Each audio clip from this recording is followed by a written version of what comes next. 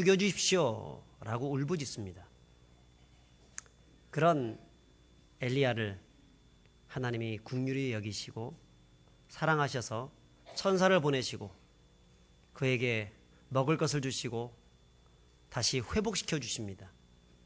그러면서 호렙산으로 가라고 합니다.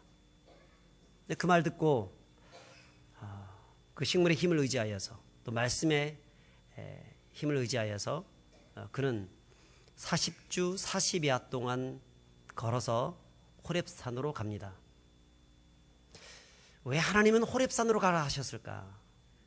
가는 동안에 주변에 얼마나 많은 산이 있겠습니까? 다른 데로 가라는 것도 아니고 또 하나님이 회복시켜 주셨으면 이제 어디로 다시 보내야 됩니까? 그가 사역했던 사역의 현장으로 다시 돌아가야 되지 않겠니? 북이스라엘로 가라 라고 말씀하실 법도 한데, 혹은 아직까지 지친 모습들이 그런 역력하다고 하면 너 남한국 유다에 들어가서 거기서 영적으로 조금 회복하고 난 다음에 다시 사역하면 좋겠다, 이렇게 할 법도 한데 하나님은 그렇게 하지 않고 호렙으로 가라고 말씀하십니다. 왜 엘리야를 호렙산으로 부르셨을까요? 지난 시간에 같이 말씀을 나누면서 아직까지 육체적인 그런 회복은 되어 있는 상황이지만 영적으로 마음적으로 완전한 회복이 되어 있지 못했기 때문에 하나님이 그곳에서 그를 회복시켰다라고 말씀을 했습니다만, 그것을 제가 말씀을 전하면서 호렙산과 연관짓지는 않았습니다. 그런 회복은 굳이 호렙산이 아니라 할지라도 다른 데 가서도 할 수 있는 회복입니다. 하나님이 그를 귀하게 여기시기 때문에 그를 그 우울증에 빠져 있고 마음에 큰 병에 있는 그를 회복시켜 주실 수 있는 분입니다. 그게 어쨌든 그 호렙에 가서 그는 마음적으로 회복이 되었습니다. 근데 그것보다 훨씬 더 중요한 이유는 바로 그것이 사명의 장소이기 때문에, 새로운 사명을 하나님의 주실 장소이기 때문에 거기에 부르신 것입니다. 호렙산은 항상 부르시고 사명을 보내시는 곳입니다. 출애굽기 3장에 보면 하나님이 모세를 처음 이 호렙산에서 부르셨습니다. 떨기나무 불꽃 가운데에서 모세야 모세야, 내가 선 땅은 거룩한 곳이니 내 발에 신을 벗어라. 내가 너를 통하여 내 백성 이스라엘을 애굽의 종되었던 땅에서 구원하여 내겠다. 가라. 내가 너와 함께 할 것이다. 바로 이 호렙산에서 하나님이 부르신 것입니다. 그리고 사명을 주신 것입니다. 그러므로 이 호렙산은 어떤 산이냐면 사명의 산입니다. 그에게 새로운 사명을 주시고자 하시는 하나님의 뜻이 이곳에 있었기 때문에 그를 이곳으로 부르셨다고 볼 수 있습니다. 여러분, 지금 엘리야의 상태가 어떤 상태일까요? 심각한 절망의 상태입니다. 혼자 열심히 뛰어봤지만 잘 안 되더라 라고 했던 그런 상태였습니다. 자포자기한 상태였을지도 모르겠습니다. 여러분, 처음 모세를 그 호렙산으로 처음 하나님이 부르시고 만나셨을 때 그때 모세의 상태는 또한 어떻겠습니까? 역시 자포자기한 상태였습니다. 자기 스스로 40년 전에 이스라엘 백성들을 구원하기 위해서 그 애굽의 왕자라고 하는 그 신분을 이용하여서 쿠데타를 일으키고 뭔가 이스라엘 백성들을 회복시켜 보려고 했지만 어땠습니까? 실패했지 않습니까? 살인자가 되어져서 애굽을 어떻게 하려고 했다는 그 반역자가 되어져서 애굽 왕을 피하여서 도망쳤습니다. 여기까지, 이 미디안 광야까지 도망쳐왔습니다. 그리고 그 미디안 광야에서 40년 동안 살았습니다. 그러므로 모세에게 있어서는 어떤 희망이 있었을까요? 죽음밖에 더 있겠습니까? 모든 것이 포기하고 싶은 그런 삶이었을 것입니다. 오늘 요즘 청년들 자주 얘기하는 청년들의 자화상 3포, 5포, 7포, M4라고 하지 않습니까? 모든 것을 포기했다고 하는. 그런데 이 모세는 모든 것이 아니라 완전 포기되어진 그런 상황이었을 것입니다. 그에게 어떤 권력을 주어진들 이 80세 노인이 어떻게 이스라엘 백성들을 구원할 수 있겠습니까? 하지만 하나님은 그런 완전히 포기했던 그 인생 모세를 만나주셔서 그 호렙산에서 만나주셔서 그에게 다시금 회복할 수 있는 가능성, 새로운 사명을 주셔서 이스라엘 백성들을 구원케 하셨다는 것입니다.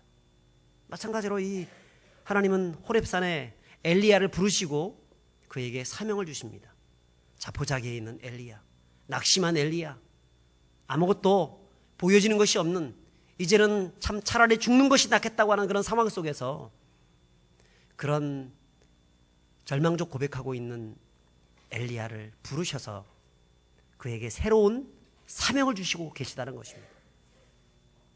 사랑하는 여러분, 하나님은 저와 여러분들에게도, 혹시 우리 중에서 낙심한 분들에게도 새로운 사명을 주셔서 그 모든 낙심과 좌절과 절망의 늪에서 다시 회복되어지는 은혜가 있기를 주의 이름으로 축복합니다. 그런데 모세의 사명과 엘리야의 사명은요, 차이가 있습니다. 모세의 사명은 모세가 가서 이스라엘 백성들을 구원해낼 사명입니다. 그러면 엘리야의 사명은 무엇입니까? 지금까지 자기 스스로 좀 하나님과 함께 하면서 이 이스라엘을 구원하기 위해서 열심히 노력했습니다.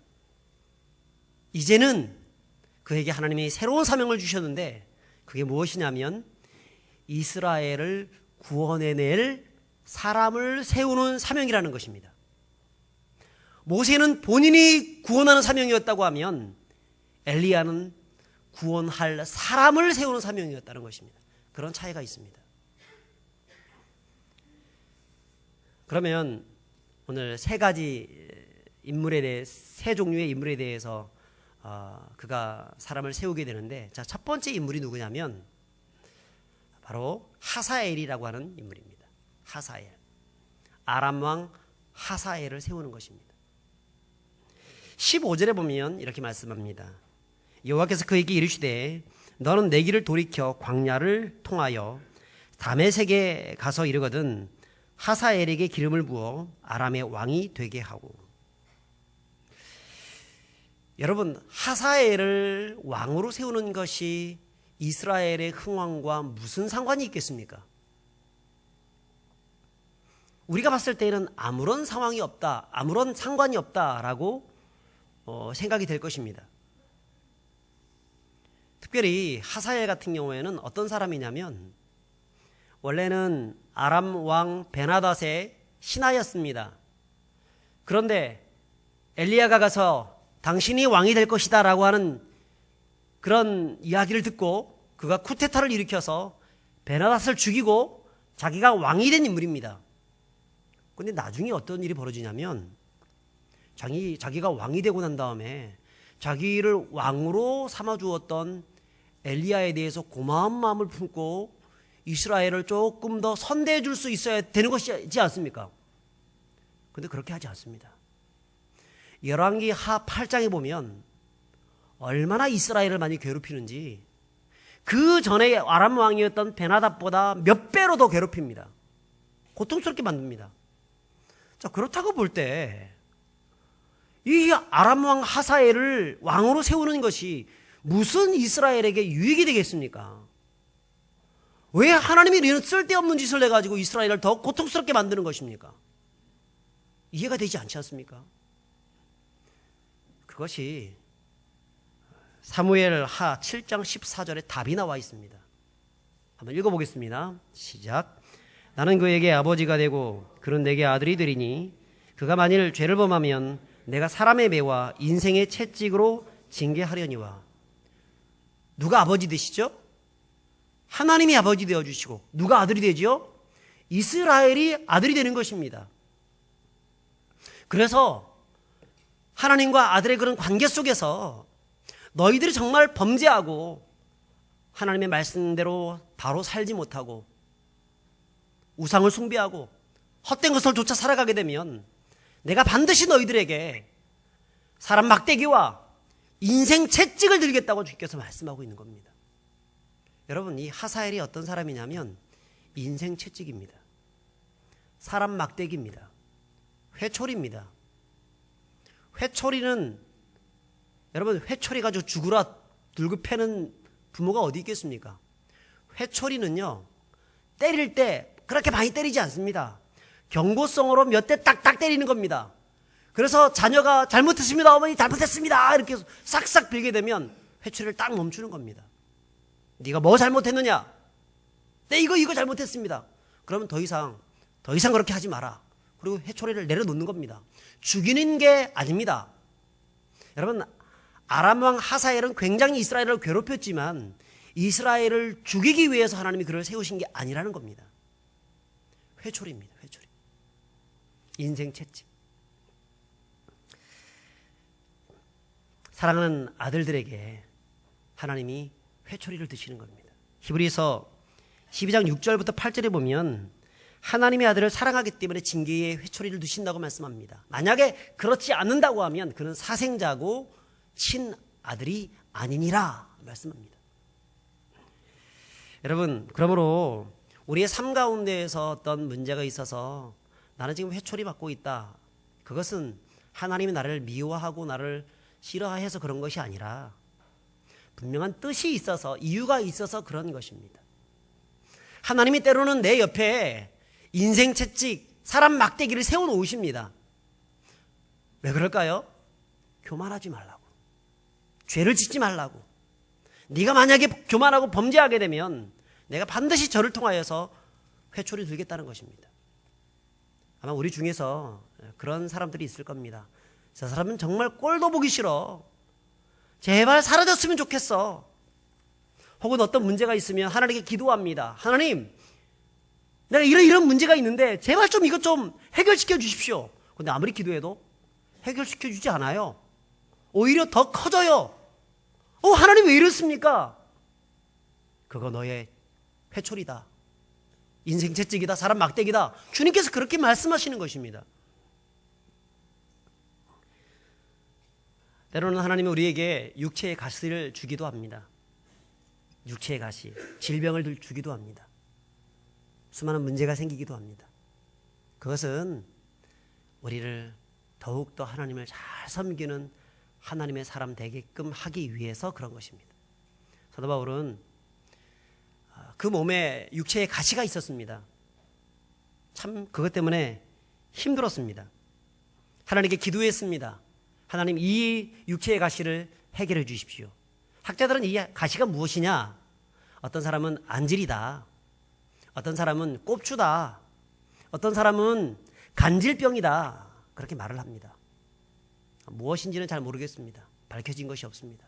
하지만 그것 때문에 그는 간절히 하나님께 3번을 기도합니다. 3번을 기도했다는 건 딱 3번만 기도했다는 얘기가 아니라 계속해서 하나님이 응답하실 때까지 기도했다는 얘기입니다. 그랬더니 하나님이 그에게 응답을 주십니다. 그리고 깨닫게 하십니다. 그게 고린도후서 12장 7절의 말씀인데요. 제가 읽겠습니다. 여러 계시를 받은 것이 지극히 크므로 너무 자만하지 않게 하시려고 내 육체의 가시 곧 사탄의 사자를 주셨으니 이는 나를 쳐서 너무 자만하지 않게 하려 하심이라. 왜 육체의 가시를 주셨습니까? 왜 그것을 없애주지 않습니까? 자만하지 않게 하기 위해서. 너무나 많은 계시를 받았기 때문에 혹시나 여기까지 없어지면 내가 하나님보다 더 높아지고 혹시나 여러 가지 많은 그런 사역들과 많은 역사들을 보면서 내가 이 모든 것들을 다 이루었다라고 할까봐 하나님이 아예 육체의 가시를 통하여서 그렇게 그를 힘들게 하셨던 것입니다. 나중에 9절에 보면 그는 어떤 고백을 하냐면 내 은혜가 족하다라고 합니다. 이는 내가 약할 때 곧 강함이다. 그러므로 내가 약해진 이것을 오히려 자랑하겠다. 감사하겠다고 하고 말씀하고 있습니다. 여러분, 내 옆에 나를 힘들게 하고 골치 아픈 문제가 있습니까? 그것이 나를 향한 인생 채찍임을 기억하십시오. 저 사람은 없으면 행복해지겠지라고 느끼는 그런 사람이 자꾸 눈에 아른거리십니까? 어쩌면 나를 더욱더 하나님 바라보게 하기 위한 사람 막대기일 수 있습니다. 기도하고 기도해도 풀리지 않는 문제가 있습니까? 그것은 나를 자만하게 하지 않기 위한 육체의 가시일 수 있습니다. 결국 나를 교만하지 않고 온전한 사람이 되어서 예수 그리스도를 닮아가게 하기 위해서 하나님이 그런 것들을 허용하시는 것입니다. 허락하시는 것입니다. 여러분 이것을 기억하시고 항상 겸손함으로 하나님께 나아가시는 분들이 되시기를 주의 이름으로 축복합니다. 두 번째로 엘리야가 했던 그 사명은 뭐냐면 예후를 이스라엘의 왕으로 세우는 것이었습니다. 16절 초반절에 보시면 너는 또 님시의 아들 예후에게 기름을 부어 이스라엘의 왕이 되게 하고, 여기서 님시의 아들 돼 있는데 아들 이 단어가 히브리어로 벤입니다. 벤. 그러니까 님시의 아들 맞죠. 근데 이 아들이란 단어는 벤이란 단어는 아들로도 우리가 번역할 수 있지만 손자로도 번역할 수 있고 혹은 자손으로도 번역할 수 있습니다. 실제로 다른 성경을 보게 되면 님시는 예후의 할아버지입니다. 그래서 님시의 손자 예후라는 말이 더 적절한 번역일 것 같습니다. 이 예후의 아버지는 여호사밧인데 여호사밧은 남왕국 유다의 여호사밧 왕을 가리키는 것이 아닙니다. 북이스라엘의 여호사밧, 한 평범한 소시민인 여호사밧을 가리키는 것입니다. 그런데 그 아들 예후가 이제 이스라엘의 왕이 되게 되는데, 이 예후가 했던 나중에 왕이 되고 난 다음에 했던 큰 공적들이 있습니다. 그게 뭐냐면 이스라엘의 남은 바알과 남은 아세라 선지자들을 모조리 다 숙청시킵니다. 그리고 이세벨, 엘리야의 원수와 같은 자이죠. 이세벨을 죽이고 아합 왕조를 멸망시키고 예후 왕조를 일으킨 사람이었습니다. 자, 그렇다고 볼 때 예후는 어떤 사람이냐면 하나님의 심판의 도구라고 볼 수 있습니다. 여러분 아까 처음 얘기했던 하사엘은 어떤 사람이냐면 하나님의 회초리와 같은 존재입니다. 회초리, 경고성 회초리. 그런데 예후는 하나님의 말씀을 듣지 않고 경고하고 또 경고했는데도 불구하고 그 말씀을 듣지 않는 자들을 향하여서 하나님이 심판의 메시지로 하나님이 세우신 사람이었다는 것입니다. 실제로 성경에 보면 하나님의 심판의 말씀이 어떻게 성취되어지는지를 보게 되는데 많은 것들이 있지만 이세벨에 대해서만 잠깐 살펴봤으면 좋겠습니다. 열왕기상 21장 23절에 보면 하나님께서 그의 죽음에 대해서 이 엘리야를 통해서 예언을 하시는데 어떤 예언을 하시냐면 이렇게 합니다. 이세벨에게 대하여도 여호와께서 말씀하여 이르시되 개들이 이스라엘 성읍 곁에서 이세벨을 먹을지라.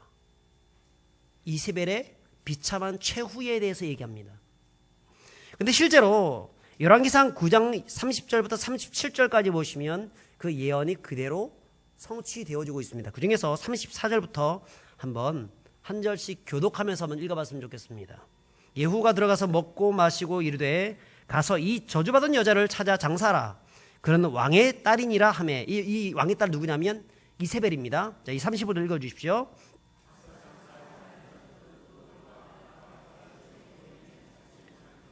돌아와서 전하니 예후가 이르되 이는 여호와께서 그 종 디셉 사람 엘리야를 통하여 말씀하신 바라. 이르시기를 이스라엘 토지에서 개들이 이세벨의 살을 먹을지라.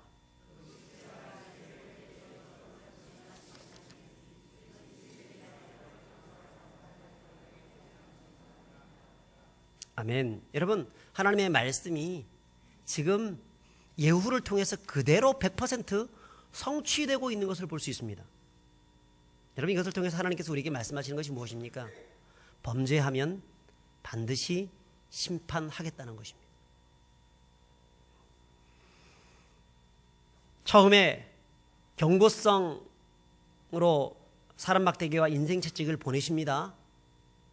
근데 그렇게 경고하고 또 경고했음에도 불구하고 듣지 않으면 최후에는 심판하시는 겁니다. 우리가 인생을 살아가면서 하나님은 우리에게 수많은 경고를 하죠. 근데 듣지 않고 결국은 이 땅을 듣지 않는 상태에서 떠나면 하나님의 백보자 심판이 기다리고 있습니다. 이건 두렵고 떨리는 마음으로 들어야 하는 겁니다. 그래서 경고할 때 들어야 합니다. 하나님이 나에게 말씀하실 때 회개해야 합니다. 여러분, 지금 당장 하나님의 역사가 일어나지 않는다고 해서 그 일이 이루어지지 않는다? 아닙니다. 지금 당장 내가 죄를 지었는데 그 죄에 대해서 하늘에서 막 그냥 벼락이 떨어지고 어떤 문제가 생기지 않는다고 해서 하나님의 심판이 보류되는가? 없어지는가? 아닙니다. 하나님의 심판은 반드시 있다는 것입니다. 여러분, 그 하나님께서 엘리야에게 이 예후에게 기름 부어서 왕이 되게 하라 이렇게 말씀을 하시고, 그리고 또 그 이후에 또 엘리야가 이런 이세벨에 대한 예언을 하셨습니다. 열왕기상 21장에서. 그리고 난 다음에 몇 년이 지났냐면 14년이 일었습니다. 14년. 당장 일어나지 않았죠.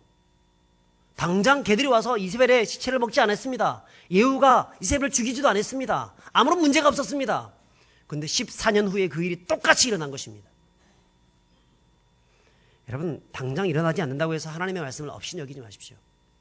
하나님은 반드시 뒤에 대해서 물으십니다.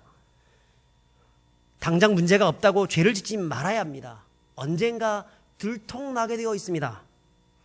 민수기 32장 23절에 보면 너희 죄가 반드시 너희를 찾아낼 줄 알라고 말씀합니다. 과거에 은밀하게 지었던 죄인데 백주대낮에 그것이 다 밝혀진다는 것입니다. 다윗은 자기가 우리아를 죽였는지 사람들이 잘 몰랐습니다. 우리아의 아내 바세바를 범했는지 자기만 알고 있습니다. 그런데 하나님은 그것을 백주대낮에 공개해버립니다. 여러분, 하나님은 반드시 그거에 대한 그 죄에 대해서 물으십니다. 그러므로 우리는 어떻게 해야 되느냐?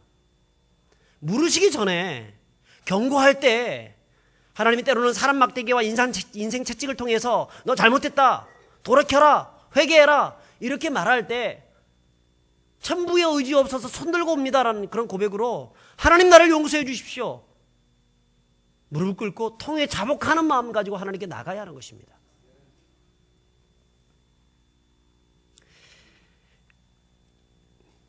근데 사람들은 회개하라 그러면요, 뭘 하냐면 회개하지 않고 후회를 합니다. 회개와 후회의 차이가 뭔지 아십니까? 후회는 뉘우치는 겁니다. 아이고, 내가 괜히 그랬어. 그렇게 하지 말걸.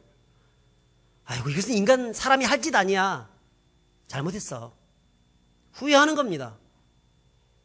회개는 뭔지 아십니까? 돌이키는 겁니다. 더 이상 그렇게 하지 않는 것입니다. 그런데 우리는 어때요? 아이고, 내가 괜히 그거 했어 해놓고 또 합니다. 그것 때문에 저 사람이 얼마나 힘들었을까 해놓고 또 이간질합니다. 여러분, 그렇게 하면 하나님이 반드시 본인은 나는 회개했다고 생각하죠. 그런데 하나님은 어떻게 하십니까? 인생 채찍을 들으십니다. 사람 막대기를 드십니다. 회초를 드십니다. 너 잘못했다고 하십니다. 근데 나 회개했는데요? 무슨 회개한 겁니까? 후회했을 뿐이죠. 회개는 돌이키는 겁니다. 180도 다른 모습으로 바뀌는 것입니다. 여러분, 베드로가 회개했죠. 베드로 회개했습니다. 예수님 부인한 것에 대해서 철저히 회개했습니다. 그래서 주님 만났을 때 주님 만나는 게 너무나 부끄러워가지고 그 앞에 담대히 나갈 수가 없어서 네가 나를 사랑하냐 했을 때 내가 주님을 사랑하는 줄 주님이 아십니다 라고 말할 정도로 굉장히 소극적으로 사랑 표현을 하고 있습니다. 그런데 그것은 회개한 겁니다. 왜냐하면 그 이후에 베드로의 삶을 보면 그렇습니다. 괭바디스 도미네, 무슨 말이에요? 네가 어디로 가느냐? 그 로마에서 수많은 그리스도인들이 죽임을 당하고 있을 그때에, 사자발이 되고 사형틀에 묶여가지고 죽어가고 있을 그때에 베드로는 그것을 피해서 거기 있는 성도들을 놔두고 도망칩니다. 그때 그 도상에서 예수님 만나셔서 예수님이 네가 어디 가느냐 했을 때, 그때 다시 돌아가서 더 이상 주님을 부인하지 아니하고 그곳에서 십자가에 거꾸로 못 박혀 죽습니다. 철저히 회개한 인물이죠. 여러분, 회개라는 것은 사실 쉬우면서도 쉬운 게 아닙니다. 우리는 너무나 후회를 많이 합니다. 그런데 성경은 우리에게 말씀합니다. 회개하라. 천국이 가까웠느니라. 주님의 때가 계속 가까워 오고 있습니다. 그러므로 우리는 회개의 열매를 맺는 사람들이 되어야 합니다. 우리의 범죄한 거 있으면 그때 하나님, 나는 이런 죄인입니다, 용서해 주시옵소서 하나님께 나가야 합니다. 그러면 주님이 어떻게 말씀하십니까? 너희의 죄가 주홍같이 붉을지라도 눈과 같이 희었게 될 것이고 진홍 같을지라도 양털같이 되게 하겠다. 내가 더 이상 너희들의 죄를 기억하지 않겠다, 도말해버리겠다라고 말씀하는 것입니다. 그러면 그 회개 때문에 과거에 지었던 모든 죄가 하나님이 다 기억하지 않고 다 잊어주겠다라고 말씀을 하는 것입니다. 그러므로 성도는 하나님 말씀하실 때 회개의 열매를 맺고 무릎을 꿇고 철저히 통해 자복할 수 있는 그런 사람들이 되어야 합니다. 주일날만 와서 예배 시간에 회개하는 것이 아니라, 형식적으로 회개하는 것이 아니라, 그 순간 내가 죄를 지었다고 느껴졌을 때 바로 무릎 꿇으세요. 하나님, 나는 잘못했습니다. 나는 이렇게 연약한 자입니다. 하나님의 은혜가 아니면 나는 살 수 없는 이런 죄인입니다. 나를 불쌍히 여겨주옵소서. 회개해야 합니다. 그러면 주님의 십자가의 보혈의 은혜가 그의 삶을 관통할 것이고 그의 모든 죄를 깨끗게 할 것이고 그를 불의해서 정결케 하여서 하나님의 사람으로 세워주실 것을 믿으시기 바랍니다. 세 번째로 그가 했던 일이 무엇이냐면 바로 그를 대신할 선지자 엘리사를 세우는 것이었습니다. 한번 읽어보겠습니다. 아니고요. 같이 읽습니다. 시작. 또 아벨므홀라 사밧의 아들 엘리사에게 기름을 부어 너를 대신하여 선지자가 되게 하라. 저는 이 사명이 어떤 사명일까라고 생각했습니다. 첫 번째, 아까 하사엘에게 주었던 사명은 어떤 사명이라고 했습니까? 그것은 회초리, 채찍, 인생 채찍으로서 경고성 사명입니다. 두 번째는 무엇입니까? 심판의 사명입니다.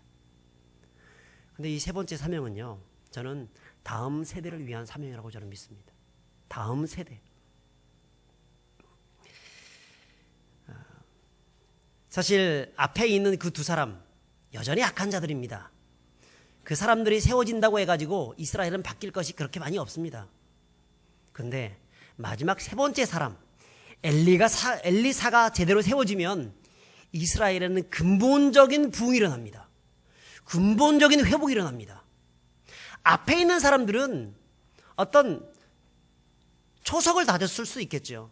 뭔가 좀 이스라엘이 잘못했을 때 그거에 대해서 하나님이 그들을 통해서 채찍을 가시고 심판하심을 통하여서 엘리사가 정말 잘 활동해 나갈 수 있도록 도와주는 일들을 했겠죠.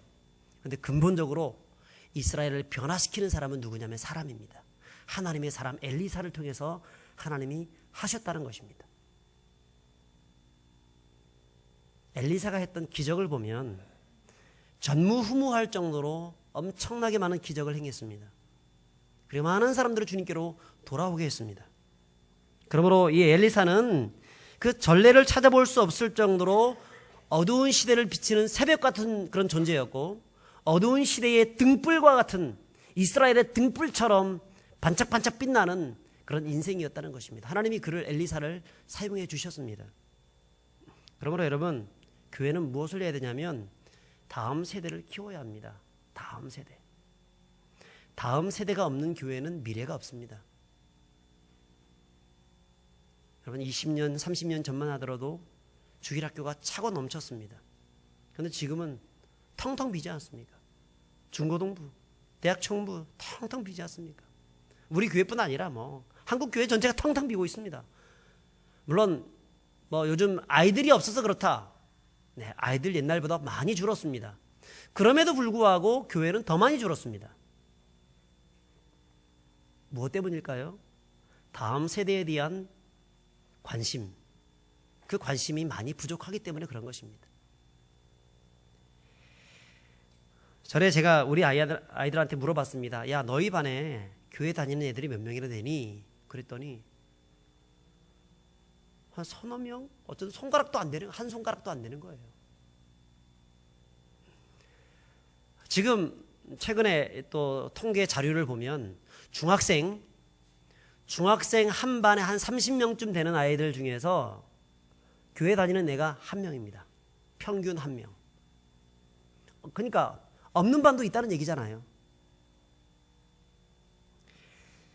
정말 이대로 갔다가는 미래가 없습니다.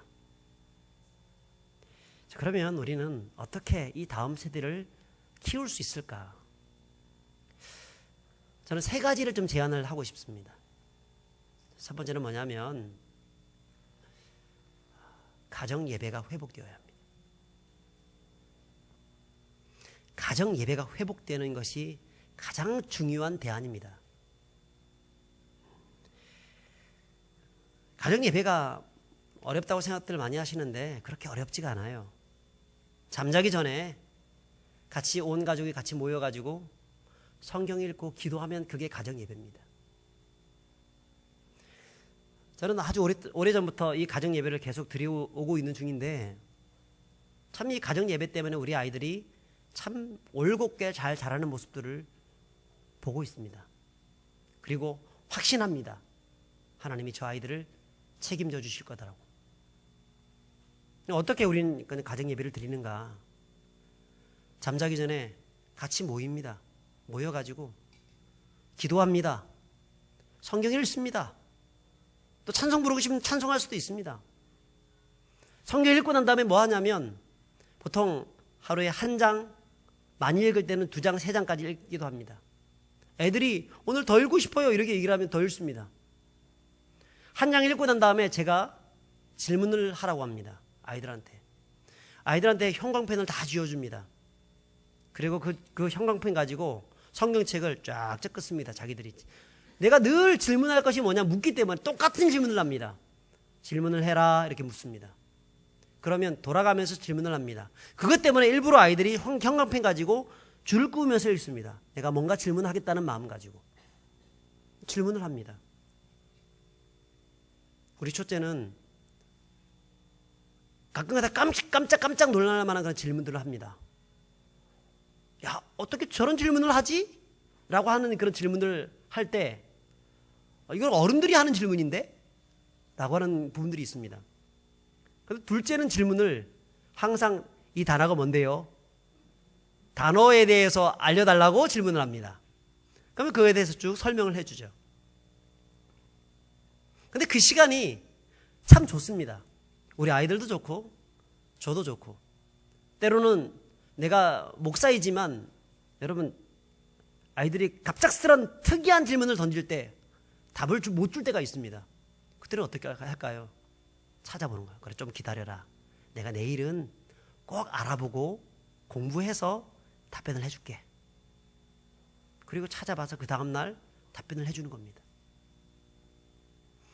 여러분 이것은요 꼭 목사만 할 수 있는 게 아닙니다. 누구나 할 수 있습니다. 요즘은 성경 사전도 많고 또 성경을 보게 되면 성경 밑에 주석도 많습니다. 읽다 보면 자기도 공부할 수 있게 되고 아이들도 공부할 수 있게 됩니다. 자, 그리고 난 다음에 서로 같이 모여서 기도합니다. 축복기도 해주고 마칩니다. 그걸 계속해 왔습니다. 이게 가정 예배예요.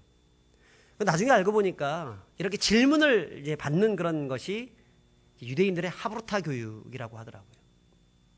어떤 읽고 난 다음에 질문해라, 질문을 받고. 그러니까 아이들에게 무엇을 가르쳐 주냐면 질문하는 법을 배우게 해주는 겁니다.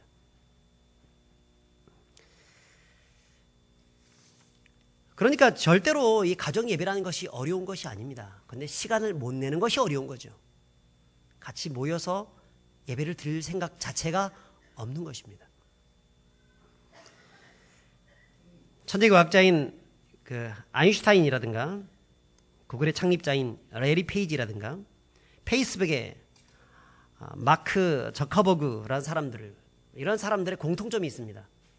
모두 다 유대인입니다. 현재 전 세계의 경제, 정치, 사회, 문화 등의 여러 어떤 노벨상이 있는데 그 노벨상의 40%를 유대인들이 싹쓸이 갔습니다. 근데 유대인들의 인구는 몇 명이냐면 전 세계 인구의 0.2%밖에 안 됩니다. 소수민족입니다. 우리나라보다 훨씬 더 적은, 지금 거의 한 1,000만 조금 넘는 그 정도밖에 안 되는 그 민족이 바로 유대인입니다. 그럼에도 불구하고 전 세계의 노벨상은 싹쓸이 가고 있습니다. 그래서 사람들이 이 유대인의 교육에 대해서 연구를 합니다.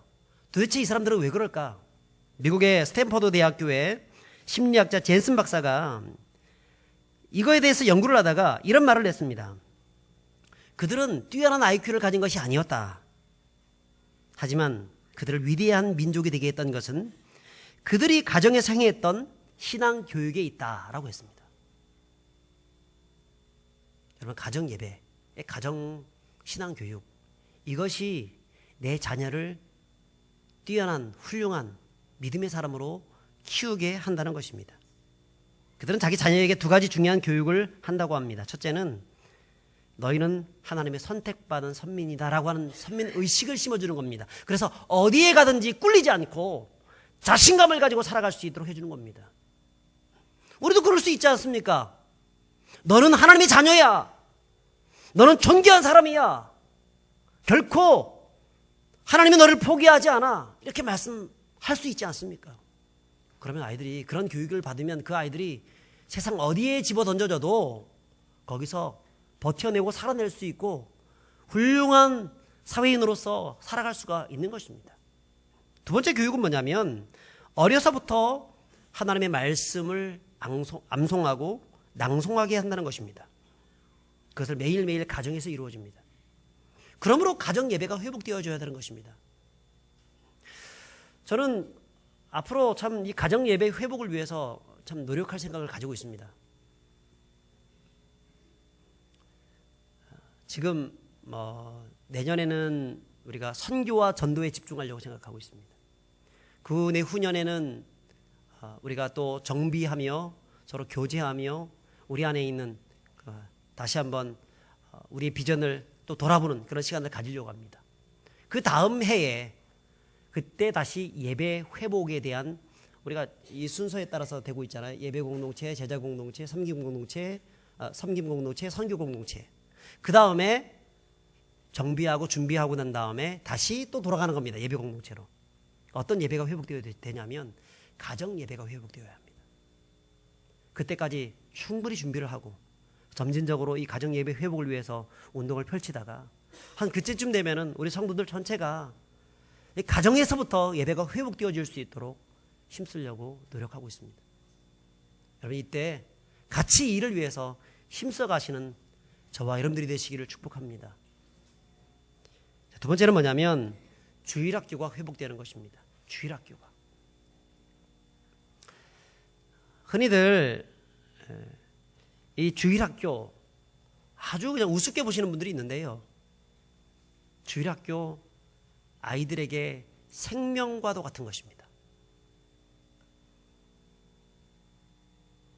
우리 부모님들, 우리 아이가 최소한 주일학교에서 예배를 잘 드릴 수 있도록 어떻게 하든지 그 아이들을 보내줘야 합니다.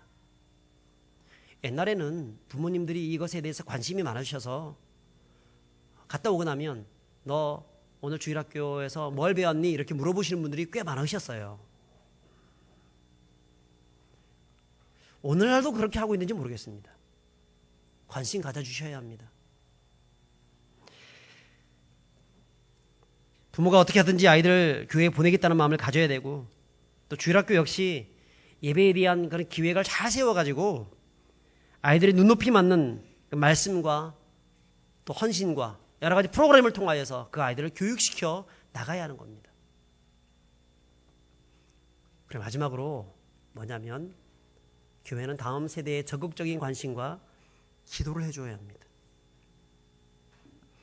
사람들은 어른 행사는 큰 행사, 주일학교 아이들 행사는 작은 행사라고 생각하는 경향이 있습니다. 근데 아닙니다. 어린 아이들도 하나의 인격체고 어른들도 하나의 인격체, 똑같은 하나님 앞에서의 인격체입니다. 그러면 어른들은 큰 행사고 아이들은 작은 행사입니까? 아닙니다. 하나님 앞에서는 어린 아이들의 그 행사도 큰 행사입니다. 중요한 행사입니다. 그러므로 교회는 우리 아이들이, 그 아이들이 자라나는 그 터전이 잘 구비되어질 수 있도록 기도로서 또는 여러 가지 여건으로서 만들어줘야 합니다.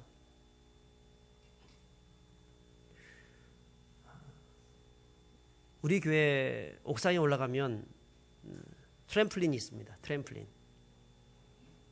어떤 성도가 또 성도들이 조금 교회에서 이렇게 해가지고 트램플린을 하나 구입을 했습니다. 그 이유가 뭐냐면, 아이들이 정말 쉬고 놀고 뛰놀 수 있는, 그래도 놀아도 교회에서 놀라는 얘기입니다. 나가서 놀지 말고. 교회가 어쨌든 성도들이 찾아와서 기쁘고 서로 교제하고 사랑하고 또 그곳에서 같이 말씀을 배우고 할 수 있는 그런 여건들을 마련해 주어야 한다는 것입니다. 여러분, 사실 그거 자체가 사이드의 문제죠. 사실은 중요한 본질의 문제는 그건 아닙니다. 근데 이 사이드의 문제가 얼마나 중요한지 모릅니다. 사실은 오늘날에 있어서는 더더욱 그런 부분들이 갖춰져 있지 못하면 안 보냅니다. 교육이 제대로 되지가 않습니다. 그래서 교회는 그런 사이드의 문제들이라 할지라도, 본질적인 문제가 아니라 할지라도 그것에 관심을 가지고 우리 아이들이 어쨌든 하나님의 말씀이 정말 잘 들려질 수 있도록 도와주는 일을 해줘야 한다는 것입니다. 전적인 지원을 아끼지 말아야 합니다. 여러분, 다음 세대가 살아나야 합니다. 그래야 교회가 삽니다. 우리는, 여기 계신 분들은 20년, 30년 혹은 40년 지나고 나면 어쩌면 다 주님 나라 갈지도 모르겠습니다. 근데 다음 세대들은 우리가 떠나고도 이 자리에 남아 있어야 되지 않겠습니까? 그리고 그들을 통해서 또 다른 다음 세대들이 길러지는 일들이 있어야 되지 않겠습니까? 그런데 우리만 해달라고 얘기하면, 우리만 원하는 거, 우리 시계 그렇게 목회해달라고 얘기를 하면, 여러분, 다음 세대는 어떻게 길러질 수 있고 교회의 미래는 어떻게 세워질 수 있겠습니까? 그래서 혹시나 우리 어르신들 중에서 조금 너무 다음 세대 위주로 어떤 사역들을 혹시 해나가는 부분들을 보이더라도, 그래, 미래를 위해서 저렇게 하고 있구나, 저렇게 해야지 교회가 살 수 있지, 이런 마음 가지고, 너그러운 마음 가지고 같이 동참해 주시기를 바랍니다. 그럴 때 교회가 사는 것입니다. 제가 3가지를 말씀드렸습니다. 자, 엘리야를 통해서 하나님이 첫 번째 세우신 사람이 누구였습니까? 하사엘을 아람 왕으로 세우셨습니다. 왜 세우셨습니까? 채찍, 인생 채찍, 육체의 가시, 회초리로 만들기, 그래서 경고하기 위해서 그걸 주시는 겁니다. 자, 두 번째로 세우신 사람이 누굽니까? 예후를 세웠습니다. 예후는 경고하고 또 경고했음에도 불구하고 하나님의 말씀을 듣지 않았던 그 아합 왕조를 무너뜨린 사람이었습니다. 심판의 메시지입니다. 그러면 하나님은 우리에게 심판의 메시지가 오기 전에 회개하라고 말씀하는 겁니다. 그리고 마지막에 하나님이 세우신 사람이 누구예요? 네, 엘리사입니다. 엘리사는 다음 세대입니다. 앞에 것들은 어쨌든 이스라엘을 잘못된 범죄에서부터 뭔가 좀 잡아주는 역할을 한다고 하면 마지막 이 엘리사를 세우신 것은 이스라엘을 잡아줄 뿐 아니라 부흥케 만들어주는, 진정한 회복시켜주는, 영적 하나님의 역사를 나타나게 해주는 그런 사람이라는 것입니다. 우리는 누구를 세워야 합니까? 우리는 사실 하사엘을 세울 수도 없고 예후를 세울 수도 없습니다. 근데 우리는 누구를 세울 수 있습니까? 엘리사를 세울 수 있습니다. 사랑하는 여러분, 우리 주변에 엘리사가 있습니다. 엘리사를 찾아서 그 다음 세대를 세울 때 우리 교회가 살고 한국 교회가 살게 되는 것입니다. 그들을 위해서 기도해 주십시오. 관심 가져 주십시오. 가정 예배가 회복되어지고 주일학교가 회복되어지고, 그래서 계속적으로 그들이 살아날 수 있도록 여러분 많이 애써 주시면 감사하겠습니다. 자, 여러분들을 통하여서 이 땅에 한국교회가 또 다음 세대가 든든히 세워지는, 그래서 하나님 나라가 세워지는 놀라운 역사가 나타날 수 있기를 주의 이름으로 축복합니다.